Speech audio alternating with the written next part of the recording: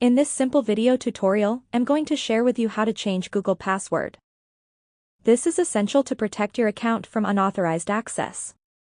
Since Google accounts store sensitive data like emails, photos, and financial information, updating your password reduces the risk posed by potential data breaches or leaked credentials. To do this, simply head to your Google account. Tap on these three lines and head to Settings. Head to Account. You will want to tap on your Info, Privacy, and Security. Slide to Personal Info.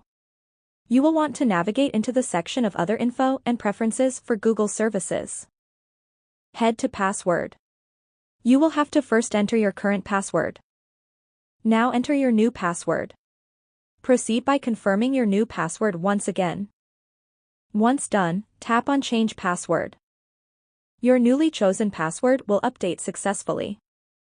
Regularly updating your password helps protect any linked accounts that rely on Google for login, strengthening your overall online security.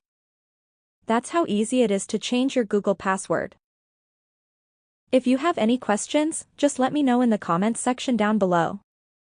Please don't forget to leave a like, share and subscribe for more video tutorials like this one.